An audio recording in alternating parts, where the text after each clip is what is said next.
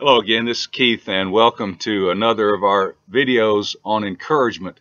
I'm so thankful for this medium that I can share these ideas with you, and I have a favor to ask of you this morning. As you watch this, if there's any good things that you get out of it, would you please try to pass those along to others? Tell them about where they can find these videos, or just express those ideas to them. It would make me so happy to know that these things were being shared not only directly to you through these videos, but being passed along to others. We've been talking about encouragement, and as I've said many times, encouragement is such an important, even essential thing in our lives if we're going to find out and live the life that God wants us to live. We have to be encouraged all the time for that to happen. And so I'm thankful we've focused on phrase in the Bible, the encouragement of the scriptures, and then more specifically talking about the encouragement from those scriptures, particularly about Jesus and how we can develop a knowledge of him and even a personal relationship and a friendship with him. We're going to talk some more about that this morning. You know, people ask me sometimes, Keith, don't you really believe that the Bible is just like another man-made book? It's not really that different, is it? And I say, yes, it is, because books are great, and, you know, we all develop an affinity, a friendship, a love for sometimes literary characters or characters from movies or TV shows. But there's a difference, because while we may sort of fantasize about knowing them, we know in the back of our minds that probably we'll never know that person personally. They don't know who I am, and I'm not going to ever get to meet them, or they're not going to be able to do that much for me. I can enjoy reading about them or seeing a movie or something. But see, it's different with Jesus, because, and I believe this is in the way it's written. There's a power in it, and the Bible talks about the power of the gospel. I believe this is part of it, where we actually get to the point where we're drawn into the story in such a way that we believe that Jesus does know who I am, who we are.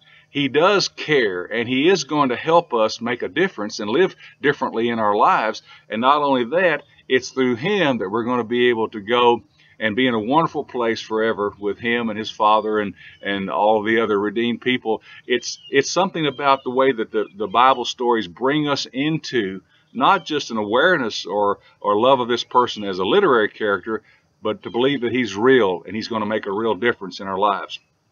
As you read the stories, and they're found in Matthew, Mark, Luke, and John, and I've read them a lot, and I would encourage you to read them a lot, you begin to develop this awareness of who Jesus is, and probably everybody has a story or two that's their favorites.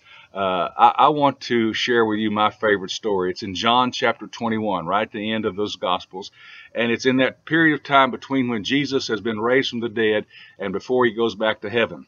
And for some unexplained reason, the Apostle Peter and 6 others go back to commercial fishing for a night. Now, the reason that intrigues me is because, well, in my life, many times when I ought to be most confident in the Lord and doing my best for him, for some reason I go back to something that was a part of my former life. So I can understand that. It's a long story, and I would encourage you to read it, but I just want to give you the highlights of it. They've been fishing all night. They hadn't caught anything, and as they're coming in, no doubt frustrated in the early morning light, they see a lone figure standing there on the beach, and this person has already started what the Bible calls, sometimes some of the versions call it a charcoal fire, and on that fire he's got fish and bread, and he's prepared a meal for these men, this group I call a bunch of knuckleheads. You know, what do you do with knuckleheads? Well, how about fixing a barbecue for them and just spending some time with them? And he calls them together, and well, first of all, he helps them catch fish. He tells them, as he had once before in the gospel stories, how just to put their nets on the other side. They didn't hardly believe that, but they caught a huge amount of fish. They get them in, and eventually they're with Jesus. They're around that fire, and they've added some of their fish to what he's put on the fire.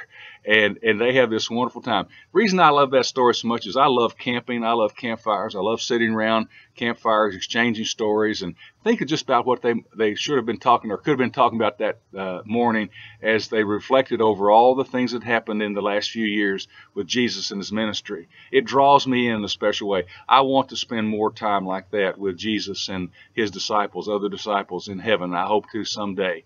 Well, another thing about the story, that's so special is after this little picnic that they had out there at the morning light on the beach, Jesus calls Peter aside and in effect reinstates him, because you remember it was Peter who had denied Jesus 3 times and cursed and swore and said he didn't even know who he was, just as Jesus had predicted he would. And so through a series of 3 questions, he reinstates Peter. And the reason that's so important to me is I can't tell you how many times I've had to be reinstated. At the very time I ought to be serving the Lord the most, I somehow fail him and I feel unworthy. But he always comes back and says, no, I've got a place for you. I want you to serve me. So it's that kind of story. And you may like that one, or you may find another one of the stories or several of them that just draw you in a special way and make you love Jesus even more. I would encourage you to do that. Get to know him personally. And we'll continue this kind of thinking in our next video. I hope you can join us at that time.